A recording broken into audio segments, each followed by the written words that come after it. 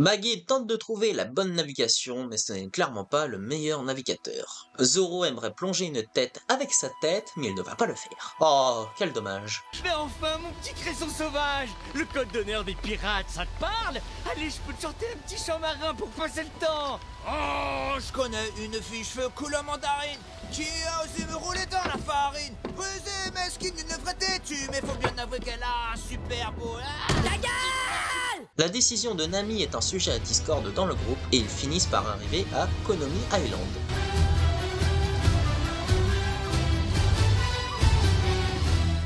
Attention flashback sur Nami enfant, on trouve Lilou jeune qui s'amuse, incroyable, avec une amie encore plus incroyable, mais on apprend qu'elle a déjà mis à contribution son talent de voleuse et répond violemment face à celle qui s'occupe d'elle. Je l'ai volé à la librairie. Pardon? Parce que je le voulais. Pardon? Les autres ont aucune idée de ce que ça fait. Pardon? Mais j'en ai marre de manger des mandarines tous les jours. J'en ai marre de récupérer les habits de Nojiko. Et j'en ai marre d'être pauvre. Oh là là là là là là, mais tu vas la fermer ta gueule! C'est pas croyable! Et la claque! Elle l'avait bien mérité.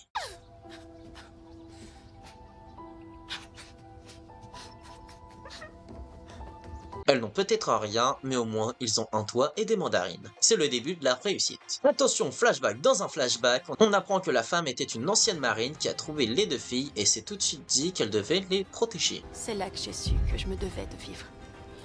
Vivre pour prendre soin de vous. Eh ben elle roule super bien cette scène les copains, hein. C'est hyper fluide. On passe à la scène du viol? Allez, non. Fin du flashback dans le flashback, et elle finit par rendre le livre au chef du camp quand soudain ils se font envahir par les hommes Poskai. Citoyens de Kokoyashi! Ce village m'appartient désormais! De retour avec Lilou plus âgé qui joue aux cartes avec Lifting, Crâne de Pique et Blobfish. Oui, je sais, c'est que des surnoms, mais en même temps, quand tu les regardes, tu ne penses qu'à ça. Désolé les mecs. Gardez vos berries au chaud, on se refera une partie. Elle remporte la partie en trichant bien évidemment et est convoquée par Thanos en moins badass. Black Widow donne la carte et il lui donne une nouvelle mission, rectifier un problème dans son village d'enfance. Ce n'est pas un prix exorbitant pour votre salut. Tu es cinglé. C'est un simple calcul, ma petite. Cet univers est limité, ses ressources sont limitées. Si on ne régente pas la vie, elle cessera d'exister. En attendant, la marine ont accosté dans leur restaurant et se retrouvent devant le chef Etchebest. Oh là là là là là là là là là là, mais qu'est-ce que c'est que ça? Il n'a aucune information à donner, mais il leur offre quand même le couvert.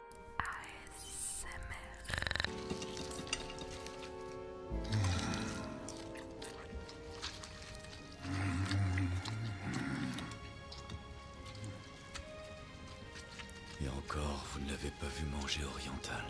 Les deux briscards papotent tranquillement et Zeph lui avoue que Luffy ressemble au niveau caractériel à Gold Roger. Du coup, les deux gadets se font plaisir en buvant des shots car Je sens que ce matin va être une pure soirée. Kobe annonce à elle-même que Garp est le grand-père de Luffy. Deux de plus. Dis donc, t'es plein de surprises, toi. Mais en réalité, son collègue est étonné, mais ça ne le choque pas tant que ça. La relation entre les deux s'améliore et le barman lui redonne des informations qu'il a. Et ils finissent alors par prévenir leur chef. Hey, regardez la boîte de mélange à purée, là il fait Gaboué.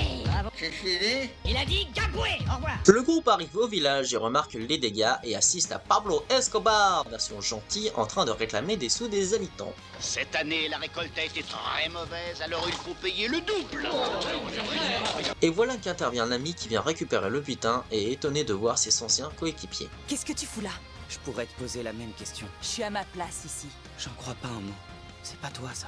La place de la femme, c'est à la cuisine! Non, ce n'est pas le moi que toi, tu as envie de voir. Elle leur prévient qu'elle n'a aucunement besoin d'aide et ses paroles sont dures. Par la suite, ils vont aller discuter avec la fille aux cheveux bleus qui tire la gueule. Alors foutez le camp de ma propriété. Nami est dans notre équipage. C'est notre amie. Vous êtes sœurs?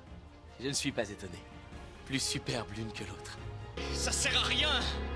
C'est vraiment pas laquelle choisir.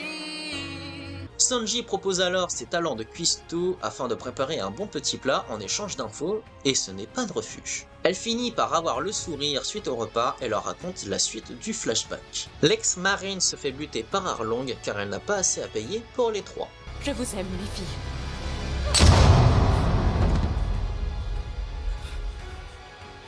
Après cette révélation troublante, ils ont besoin de réfléchir sur la situation. Comment ça se fait que Nami travaille avec l'homme qui aurait tué sa belle-mère? Lors de la soirée écailleuse, on a des marines avec un look pas charismatique du tout mais plutôt drôle à voir et sont clairement des ripoux. J'ai appris que des hommes poissons avaient mis une sacrée pagaille dans l'archipel de Konomi. Avec un entretien en privé, Arlong en a marre d'être rabaissé parce qu'il est un homme poisson, d'être mis en infériorité et surtout d'avoir eu un peuple en esclave. Le juste prix, c'est le prix du marché, finalement. Vous êtes plus intelligent qu'on ne veut bien le reconnaître. Parce que je suis un homme poisson. Nami souhaite rediscuter de l'accord qu'elle avait convenu avec lui et attend qu'elle lui offre le butin. Usopp prépare des fumigènes et Sanji fait fermer le clapet de la tête causante. T'es trop con pour qu'on t'écoute, ta gueule. Nami finit par sortir son butin en déterrant de la tombe de sa belle-mère et se fait cramer par sa sœur. C'est de toute beauté. Attention, dernier flashback pour comprendre ce qu'il s'est passé et on découvre Nami faire une proposition à Arlong en rejoignant leur équipage. Elle met cette fois-ci à profit ses talents de création de cartes de navigation en échange du rachat du village pour 100 millions de berries. En réalité, elle faisait tout ça pour sauver le village, mais ce n'était qu'une question de temps et d'argent. Sa sœur est vraiment surprise d'apprendre ça et est déçue de savoir qu'elle lui a laissé la haïr en gardant ce secret pendant des années. Je voulais pas te perdre toi aussi. Ou qui que ce soit d'autre. Mais ne vous inquiétez pas, les rats débarquent. La petite futée se rend compte que c'est Arlong qui les a vendus. Par l'autorité de la marine et du gouvernement mondial, je me vois contraint de le confisquer. Non, vous n'avez pas le droit, c'est à moi. Ah oui, 100 millions de berries. Et comment pourrais-tu détenir une somme aussi faramineuse?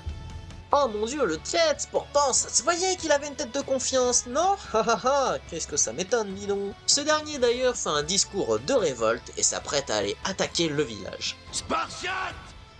Quel est votre métier?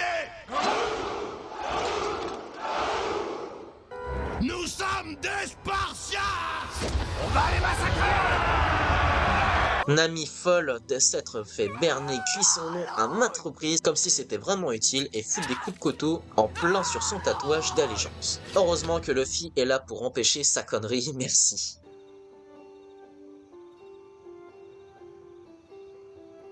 Luffy.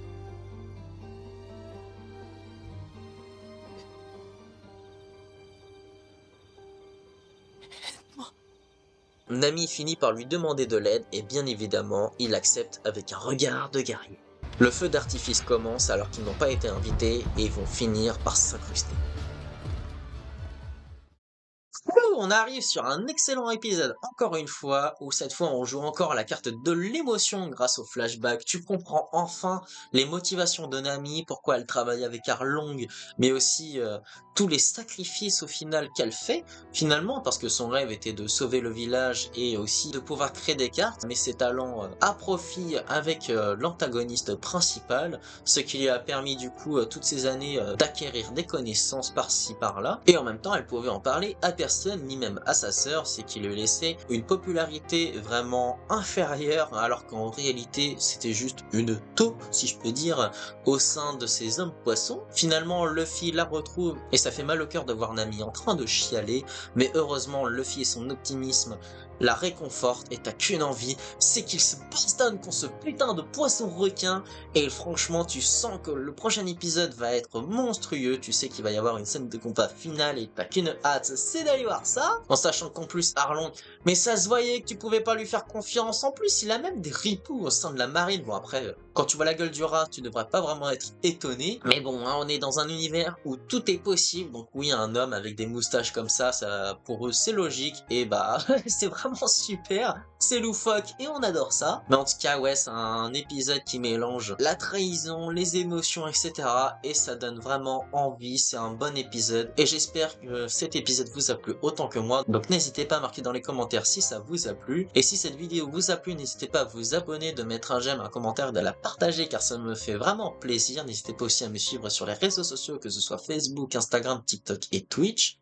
Et quant à moi, je vais vous laisser, donc à bientôt.